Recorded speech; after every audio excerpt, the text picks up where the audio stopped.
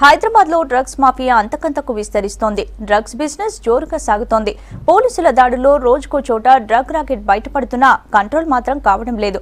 పోలీసుల నిఘాను దాటి చేరాల్సిన చోటికి డ్రగ్ పార్సెల్స్ చేరిపోతోంది. సెలబ్రిటీలు కూడా డ్రగ్స్ మాఫియాకు హెల్ప్ చేస్తున్నారనే అనుమానాలను వ్యక్తం చేస్తున్నారు కాకీలు.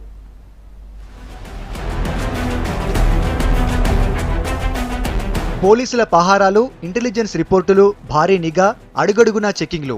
అయినా డ్రగ్స్ మాత్రం సరిహద్దులు దాటేసి రాజధానికి చేరుతోంది. దీంతో సిటీలో డ్రగ్స్ మాఫియాకు అడ్డు అదుపు లేకుండా పోతోంది.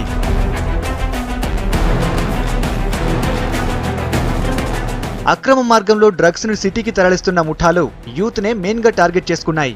పబ్లు, యూత్ పార్టీలో డ్రగ్స్ కు గిరాకీ ఎక్కువగా ఉండటంతో వ్యాపారులకు అడ్డు అదుపు లేకుండా పోతోంది. కొద్ది నెలల క్రితం మూసా అనే లేడీ అక్రమంగా డ్రగ్స్ ను తీసుకొస్తూ శంషాబాద్ ఎయిర్పోర్టులో అధికారులకు అడ్డంగా బుక్ అయింది.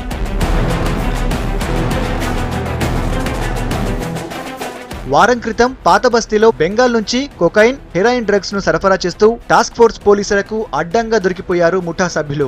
ఈ సంఘటన మరొక ముందే మెహిదీపట్నంలో ఓ వ్యక్తి 10 గ్రాముల హెరాయిన్ తో పోలీసులకు దొరికిపోయాడు. జూబ్లీహిల్స్, బంజారాహిల్స్, పంజగుట్ట లాంటి ప్రాంతాల్లో నివసించే వారి పిల్లలతో పాటు టాలీవుడ్ కు చెందిన నటీనటులు మత్తు పదార్థాలను ఎక్కువగా వాడుతున్నట్లు ఇప్పటికే పోలీసుల ప్రాథమిక దర్యాప్తులో తేలింది. ఈ మాదక ద్రవ్యాల కొంతమంది దాన్ని కన్జ్యూమ్ చేయడం అనేది జరుగుతుందనేది ఇన్ఫర్మేషన్ మేరకు ఈ మధ్యకాలంలో ఆల్ పబ్స్ మరియు హుక్కా సెంటర్స్ కూడా తనిఖీ చేయడం అనేది జరుగుతుంది. చాలామంది కూడా ముంబై అండ్ గోవా లాంటి ప్రదేశాల నుంచి తీసుకొచ్చి ఇక్కడ అమ్ముతున్నట్టుగా, అంటే వాళ్ళు కన్జ్యూమ్ చేసే వాళ్ళకి ఇస్తున్నట్టుగా తెలుస్తూ ఉంది. దానిపై కూడా వాళ్ళను ఒకసారి మేము పట్టుకొని కేసు నమోదు చేసి వాళ్ళను ఈవెన్ పీడీ యాక్ట్ కూడా ఫ్యూచర్లో చేయకూడదని కూడా వేయడం అనేది జరిగింది. మరి దీవన్నింటినీ కూడా దృష్టిలో పెట్టుకుని మేము ఎప్పటికప్పుడు గట్టి చర్యలు తీసుకుంటున్నాం.